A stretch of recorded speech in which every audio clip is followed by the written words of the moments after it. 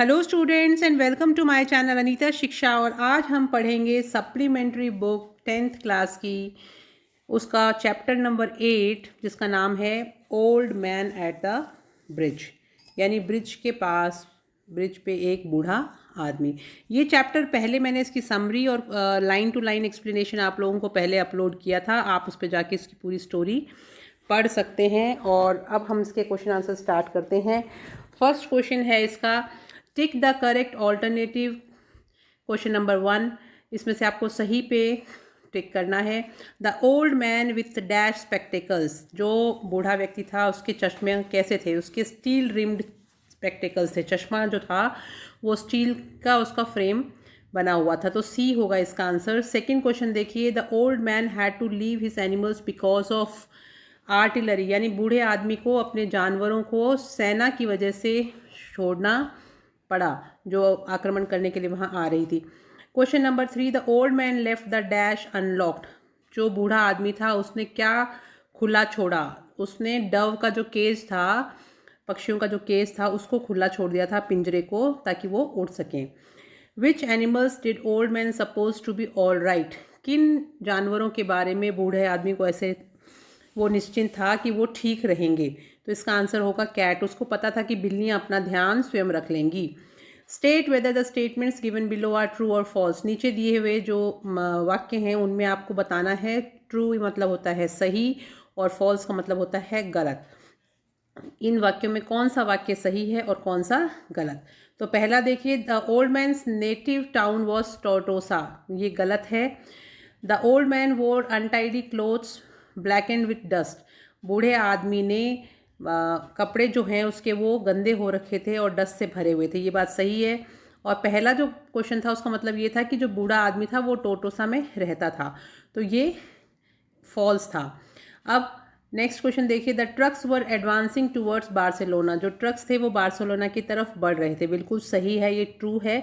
The dove cage had been left unlocked, जो पिंजरा था उसको खुला छोड़ दिया गया था, ये भी सही है।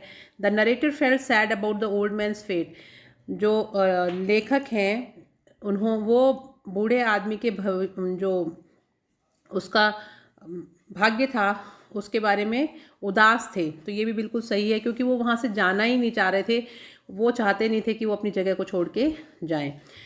Where did the old man come from, बूढ़ा आदमी कहाँ से आया था? During the Spanish civil war in 1930s all people of the town San Carlos left the town with their required things. The man was the last one to leave the town of San Carlos 1930। तो यही इसका answer है कि जब Spanish युद्ध, गृह युद्ध शुरू हुआ 1930 में, तो सब लोगों को सैन कार्लोस का जो उनका कस्बा था वो उसको खाली करना पड़ा, क्योंकि वहाँ पे आर्टिलरी अटैक करने वाली थी और बूढ़ा आदमी उस जगह को छोड़ने वाला आखिरी व्यक्ति था। Which animals could take care of them, ये बात बूढ़ा आदमी कह रहा था किसकी कौन से जानवर अपना ध्यान स्वयं रख लेंगे? The old man told the narrator that the cat could take care of itself but other animals were not able to take care of themselves, बूढ़े आदमी ने लेखक को ये बात कही कि सब अपना ध्यान रख लेंगे, बिल्लियाँ अपना ध्यान रख लेंगी, और लेकिन बाकी के जानवर अपना ध्यान नहीं रख पाएंगे, उनको उसकी चिंता थी। How did the old man look like, बूढ़ा आदमी कैसा दिखाई देता था? The old man was a shepherd but he did not look like a shepherd or a herdsmen, वो एक गडेरिया था लेकिन वो गडेरिया और जैसा लग नहीं रहा था। ही वोर steel rimmed spectacles very dirty dusty clothes, उसने स्टील के रिम के चश्मा पहन रखा था, उसके कपड़े जो थे वो धूल से भरे हुए थे। ही फेस वॉज ग्रे डस्टी, उसका चेहरा भी जो था वो मिट्टी से भरा हुआ था, धूसर रंग का हो गया था। Actually there was ankle deep dust by the side of the road and the running vehicles blew the dust surrounding the road and the old man's clothes and face become dirty, क्योंकि जिस कोने पे वो सड़क पे बैठा हुआ था वहाँ से जब गाड़ियाँ चल रही थी तो वहाँ से धूल उड़ उड़ के लोगों के पैरों से भी उछल के आ रही थी, और जो वहाँ से व्हीकल्स यानी वाहन चल रहे थे वो भी धूल को उड़ाते हुए जा रहे थे, तो उसके कपड़े और मिट्टी से भर गए। On which day did the incident happen, ये घटना किस दिन घटी?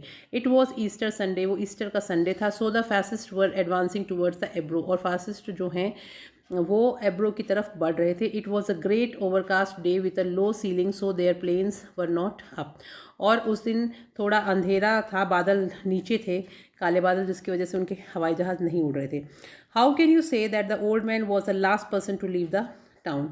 आप कैसे कह सकते हैं कि वो व्यक्ति आखिरी व्यक्ति था उस कस्बे को छोड़ने वाला, बूढ़ा आदमी। When the narrator met the old man by the side of the road, the old man himself said to him that he was the last person to leave the town of San Carlos. जब लेखक उस बूढ़े आदमी से मिला तब उसने उसको स्वयं बताया था, बूढ़े आदमी ने, कि वो आखिरी व्यक्ति है सैन कार्लोस छोड़ने वाला। Why did the old man sit by the side of the road. बूढ़ा आदमी सड़क के किनारे पर क्यों बैठा था। During the Spanish civil war the fascist were advance towards the city. यानी जब स्पेनिश गृह युद्ध हो रहा था तो फासिस्ट जो हैं वो बढ़ रहे थे सैन कार्लोस नाम के कस्बे की तरफ। And the captain told the people of the town to leave the town. और कैप्टन ने उनको आदेश दिया था कि उन लोगों को कस्बा खाली करना पड़ेगा। All people had left the town but the old man after walking with his animals got tired and set bye the side of the road.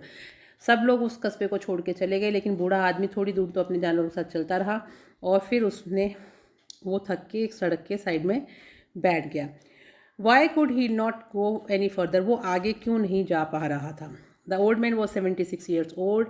वो 76 ईयर्स का 76 साल का बूढ़ा आदमी था। After walking 12 kilometre with his animals he got tired and was not in a position to go any further. और वो 12 kilometre चल के आ चुका था और वो अब आगे नहीं बढ़ सकता था।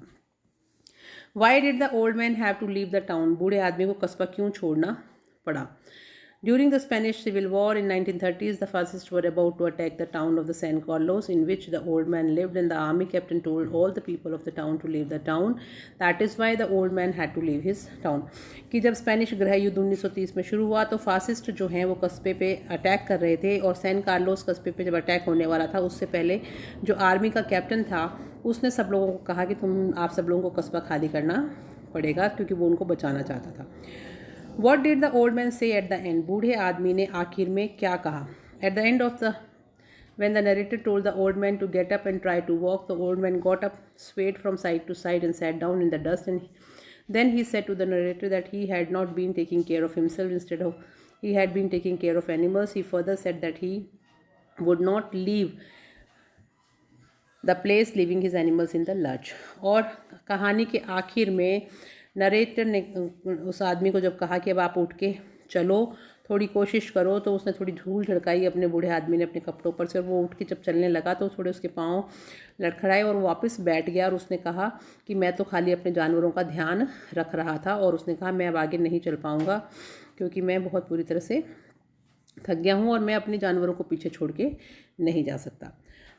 Answer The following question is about 60 to 80 words. What activities were taking place on the pontoon bridge? Pontoon bridge के ऊपर क्या प्रक्रियाएं चल रही थी।